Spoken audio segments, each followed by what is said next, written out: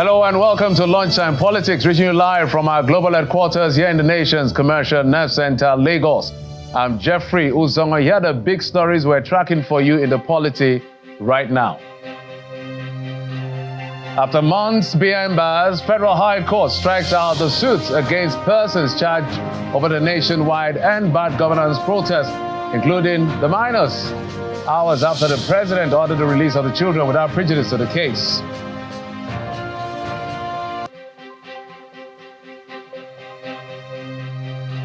Economic and Financial Crimes Commission EFCC arrests former governor of Delta State Ifeanyi Okowa for alleged diversion of 1.3 trillion naira 13% derivation fund from the Federation account between 2015 and 2023.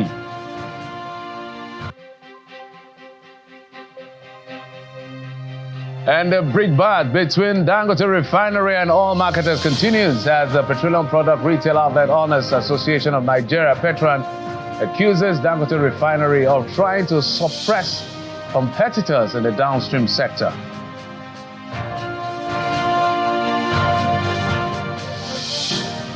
Thanks again for joining us at the program. We call it the midday gateway into the polity. And we can tell you that just moments ago, a Federal High Court, Abuja, struck out the suit against 76 protesters charged over the nationwide end bad governance protest.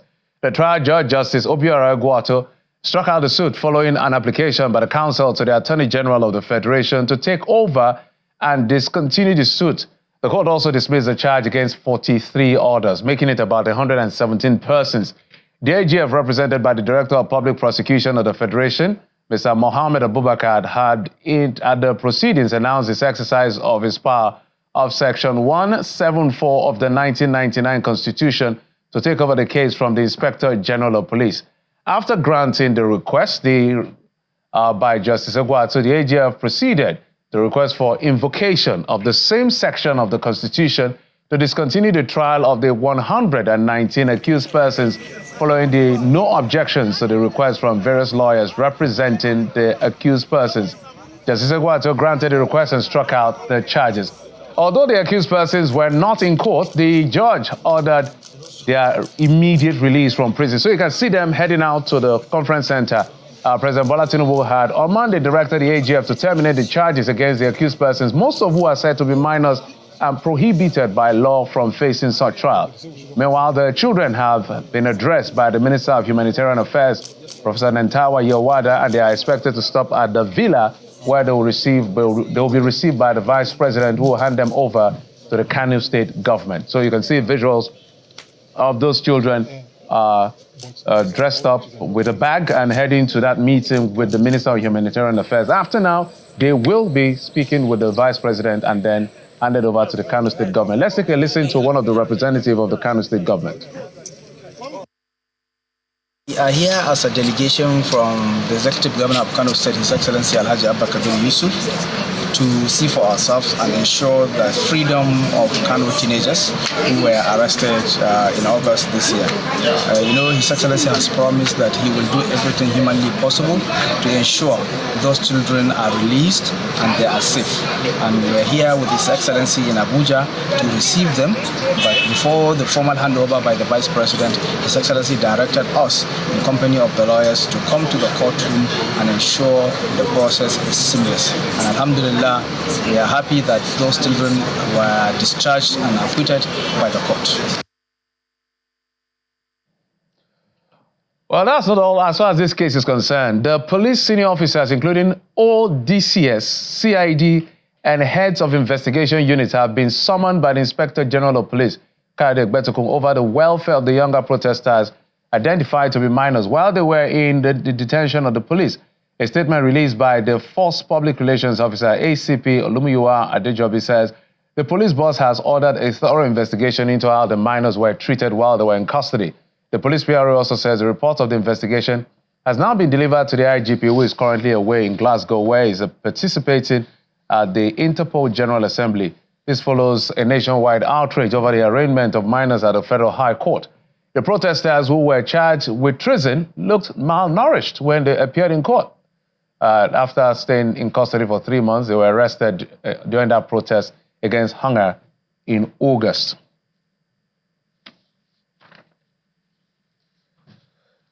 Well, before the president's directive to release those minors without prejudice to the court case that has now been sorted, 18 youths were arraigned at the Borno State High Court over their alleged involvement in the End Bad Governance protest.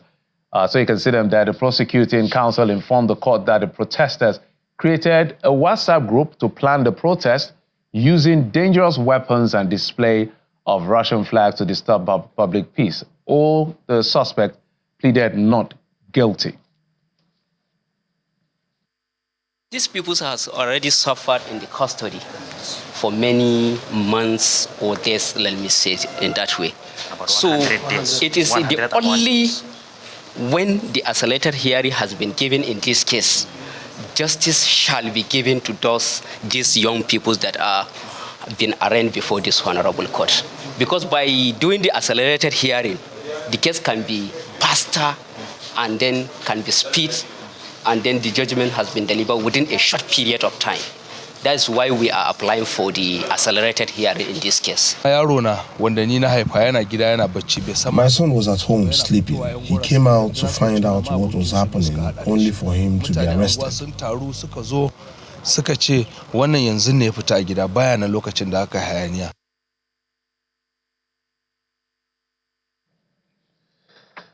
Well, so that is the biggest story in the polity besides other issues. So let's get straight to the conversation. It has to do with the release of the arrest, detention, presidential, call it proclamation or directive, if we will, the swooping in of the AGF, eventual striking out of this case, and all the encumbrances around this. We've been joining the program in our Lagos studio right here with me, a legal practitioner, Mr. Inibe Fiong. He joins us right here. Inibe, thank you for coming. Thank you. We also have the Strategy Development Director of Saffron DSGF, Oluwasegun Oyedijo. My apologies, joining us from our Abuja studio. Welcome to the program. Thank you very much for having me. Inibe, I know you have watched this case, you have followed it, you have even been part of it, even in the Lagos Center where you facilitated the release of some of these protesters. How did you receive the news of how things accelerated rather quickly from the situation we saw where the children were clearly minors, even though your colleague was saying they were not minors, because we saw the charge sheet, at least a couple of them were minors, and down to where we are right now. What's your view or what is playing out? Well, let me maybe start by saying, as a lawyer in this country, to render my apologies to Nigerians who were scandalized and utterly disgusted by the unfortunate comments of a colleague of mine who was reported in the media. I mean, we've seen the video, to have stated that all the defendants in this matter were adults, that some of them are married, some of them are university graduates, that there were no children among them. I want Nigerians not to take the opinion of one lawyer as the opinion of all the lawyers in Nigeria. I don't know what inspired him to say that. So on behalf of myself as a lawyer, I apologize to Nigerians who were offended by that very embarrassing comments. But having said that, I find it rather curious, the speed at which this has happened. Just yesterday, the statement was made by the Minister of Information that the president had asked that these individuals' children be released immediately. And today, a case that was supposed to be brought forth that was supposed to come up in January was quickly brought forward within 24 hours, and the charge dropped. And then now the matter has now become like a political drama. We are seeing these children and all of them being taken to be received by the Vice President of Nigeria, to be handed over to the government of Kano State. As if when these children were in detention for the last 3 months, the president was in the moon and the governor of Kano State was in space, or those working for them were completely divorced from what was going on. This has been happening. These children have been incarcerated for 3 months now. Nobody will tell me that they were not aware.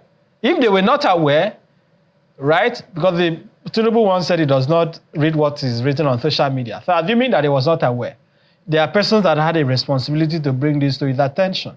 The president is expected to receive briefings, security briefing, intelligence briefing, either on a daily basis or a weekly basis. So how could this grave matter escape his attention?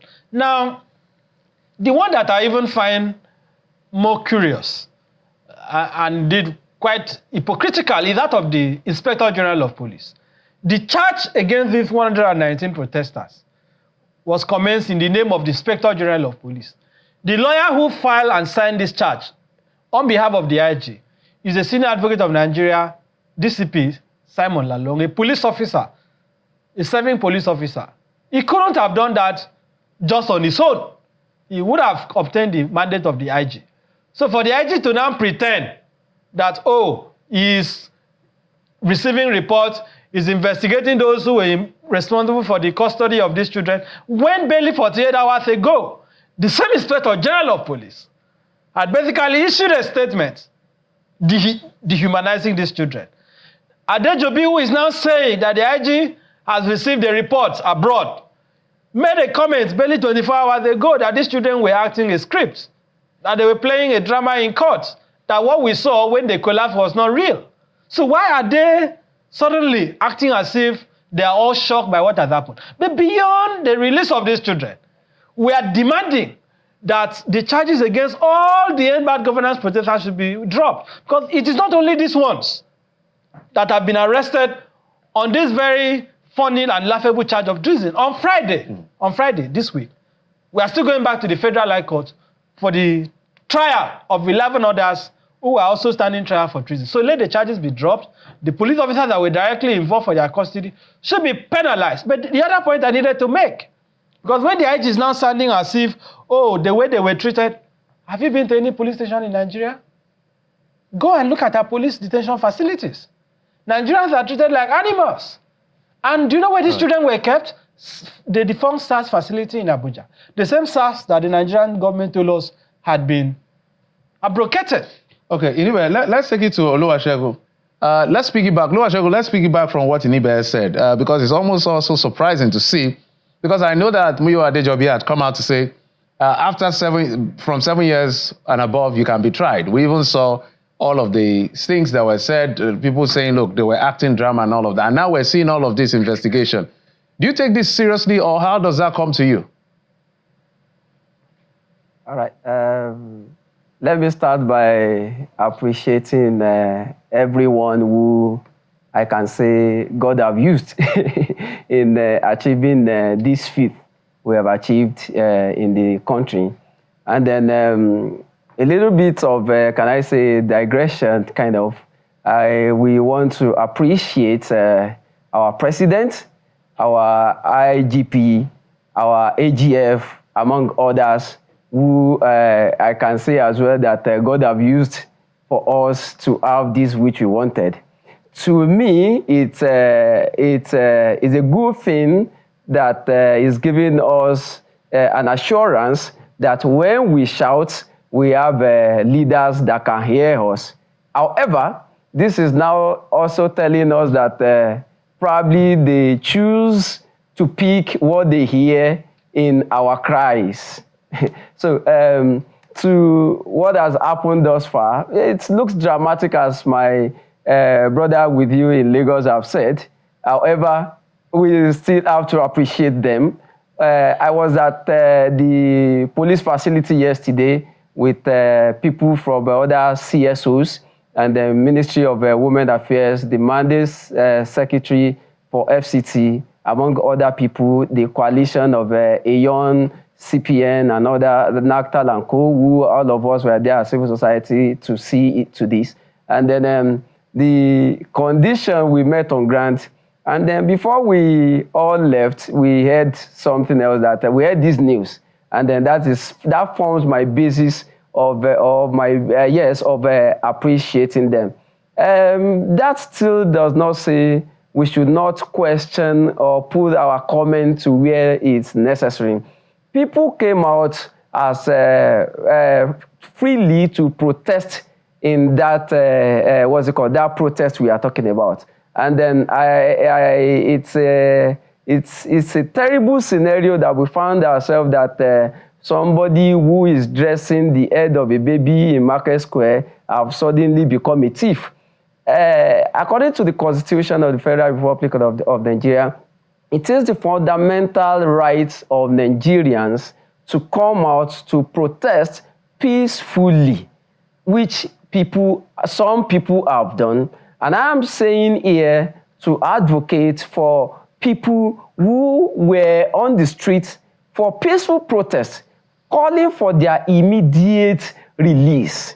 We are not doing, you see, there's this saying that a nation who fails to place adequate value on its citizens or on our citizens is accounted to be a failed nation. We pray our country will not fail. At the same time, the leadership, they have their own role, while the citizens as well have their own role to play in development of Nigeria. Now, if the leadership are taking steps or policies that are not solely or keenly inclined with the development of the nation, the politics we are practicing shows that or tells us that any leader we elected is going into that office or offices in the best interest of the voters. So now when you get to the office, you are doing something else, and the people that voted you are telling you there are question marks, there should be an adjustment here, and they come out peacefully to protest, and then they suddenly become, what's it called, whatever we want to call it. We are calling on governments at this moment that for everyone, we should not lie on ourselves right now. We should not play a blame game. You know, I stand to say that the issue of Mr. President, the office of the presidency, the IGP, yes, there's an adage that says when a child in the house, not everything that happened in our respective homes as a father you can say you are aware of. A lot of things are enclosed within the convent of the children, within the children and their mothers. So that is possible that everything may not be known to Mr. President. However, as a leader, you own up to everything that you have on ground. So we are not blaming anybody. Everybody have done well, but we want them to do very much well. All right, Mr. Ayetija, let me bring you back to Mr. Nibe. I'm sure he has a response. He was smiling while you were talking. So we saw two things happen during that protest, which is people carrying flag and chanting Russian, calling for military takeover, which, of course, is unacceptable under our laws. But there were also peaceful protesters, a lot of them in the majority, who came out to protest and say, look, we're tired of what the government is doing. We need better dividends of democracy, as it were, from you. Looking at what is going on, what does this say about Nigeria's today's civic space? First and foremost, I respect the opinion of my colleague in the Abuja studio. But the whole essence of leadership is about responsibility. So we cannot say that, oh, the president is not aware. Look, I'm tired of hearing that the president is not aware. Under Buhari for 8 years, we always told Buhari was not aware. For 8 years, Buhari was not aware of anything. Tinubu has spent 1 year. We must not allow one day for anyone to say that Tinubu is not aware. He must be aware. He has the responsibility to be aware. So this is simply inexcusable. Having said that, it is a fact that this government has a problem with Nigerians expressing themselves. The civic space was already shrinking under the Buhari regime. We all saw what happened. The trial of Showore, Abajalingo, several other Nigerians who were victims. The killing of the Shiites till today. The killing of over 300 members of the Islamic movement of Nigeria in Kaduna State. Even the panel, judicial panel of inquiry, impaneled by Governor Rufai, found that not less than 300 were killed. Till date, no member of the armed forces has been put on trial. Buratai, who supervised that murder, that massacre, is he not an ambassador today? Allegedly. He's not ambassador? Allegedly. Is he not an ambassador? Now I'm talking about the massacre now. So you're a lawyer. It's not allegedly. Kaduna State, you can Google it. You can verify, check me as I'm talking. The Kaduna State government found, their own panel, found that not less than 300 members of the Shiites were shot for blogging the convoy of the Chief of Army Staff. So all these injustices have not been addressed. And I am saying that in response to your question, to say that democracy is shrinking in our country. Our electoral process is losing credibility by the day. People with partisan leaning are being appointed into INEC. Elections are now being queried. Things are now, it's now going at a pace that it looks as if when you speak of democracy, it is almost meaningless. The media is also a victim of this. Journalists are being brutalized. Look at the series of protests we have had since Tinubu came into office. It's not only the protesters that they are targeting. So when they make this hypocritical statement that, oh, the president is so concerned, the vice president is receiving, how about the journalists who were attacked during the protest? Even the anniversary of the massacre at the toll gate, people were still attacked, including the media. What redress has been provided? So this simply has to stop. Court orders are also still being disobeyed to date. You cannot say you are a democracy when the rule of law is not respected. When you go to court and get an order, in fact, it's even those who are violating the law that will challenge you to go to court today. So we need to strengthen the civic space. The Inspector General of Police must now make a commitment, pursuant to Section 83, subsection 4 of the Police Act 2020, that says that once you are notified that people will gather to protest, you have a statutory duty to make that protest peaceful and protect them. I wrote to the IGP when the End Bad Governance protest was to hold. When the anniversary of the massacre at the Toge was to take place, I also wrote to the IG on behalf of the protesters to say, Mr. IG, the law says when you are notified, provide security. At the end of the day, what happened? So even the pockets of violence that we saw in Kano and other places was a result of failure of governance. All right, let me take it to Mr. Oyedijo on this particular one of shrinking civic space. I would like you to speak to it. And also, it's worrying to see children being arraigned in open court. And that has been a debate. Maybe Nibe will respond to that as well. But I want you to speak to the issue of shrinking space, because even for us that are media people, it's important, because that is actually one of the very foundation of democracy, the ability to speak freely, guaranteed under the Constitution. Do you see it shrinking? First of all, let me put this straight. My name is a little bit omitted. My full name is Chief Oluwasegun Oyedijo. Okay, to the question you asked, the civil space, yes, I accepted what is being said, that the space is being shrinked. And it's a challenge on us that our nation is actually not aiming towards the expected space or the expected success point that we are all envisaging. It's a disgrace. It's a disgrace. We must all accept that. Now, politics is meant to be the government of the people, by the people, for the people.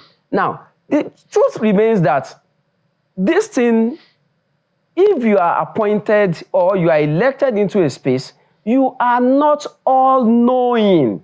The fact then remains that you still need some, that is why they have advisors. Then you have the civil space to actually checkmate what the government is doing. Because when you make mistake, that is why you have cars that have shock absorbers. When your tire is going down and you enter a pothole, the shock absorber takes the shock. Now, what we are saying in essence is that, like my colleague there is saying, it's a call to action on the government of the moment, or the governments of this nation right now, to not be, can I say, be affected or be worried about giving people the opportunity to exercise their civic rights when there are situations where they need to speak up.